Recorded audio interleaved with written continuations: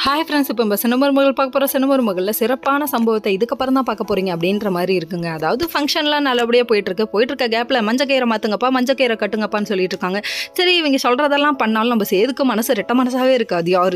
யாரு சொல்லுங்க, அருவா எடுத்து வச்சிருக்கேன், தீட்டி வச்சிருக்கேன்னு கண்ணா பின்னான்னு யோசிக்கிறாரு.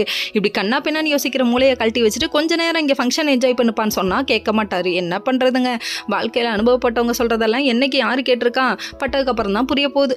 அதுக்கப்புறம் நம்ம போஸு பார்த்த வேலை இருக்கே, மாமா கிளப்புங்கள், போய் எல்லா விஷயத்தையும் சொல்லுங்க, செல்லப்பாண்டியை பற்றி சொல்லி விடுங்கன்னு சொல்ல இவர் தள்ளாடிக்கிட்டு ரோடும் புரியாமல் தலையும் புரியாமல் வாழும் புரியாமல் வந்து நிற்கிறாரு.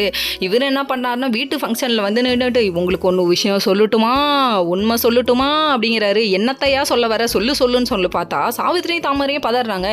இதை பார்த்தோன்னே பக்கத்தில் இருக்கவங்க என்னத்துக்கு இவளுக பதறாங்கன்னு யோசிக்கிறாங்க. எதுக்குப்பா உண்மையெல்லாம் சொல்லிக்கிட்டு கம்முன்னு வேலையை பாருங்கப்பான்னு சொன்னால் கேட்குறாங்களா. கடைசியில் ஒரு உண்மை, ஒரு ஊரில் ஒரு நரி இருந்துச்சான் அப்படின்னு சொல்லிட்டு டே இப்போ என்ன தாண்டா சொல்ல வர அப்படின்னு சொல்லி கேட்டால் போலீஸ்க்கு ஃபோன் பண்ணது தமிழ்ச்செல்வி தான்ப்பான்னு பட்டுன்னு போட்டு உடச்சி விட்டாரு.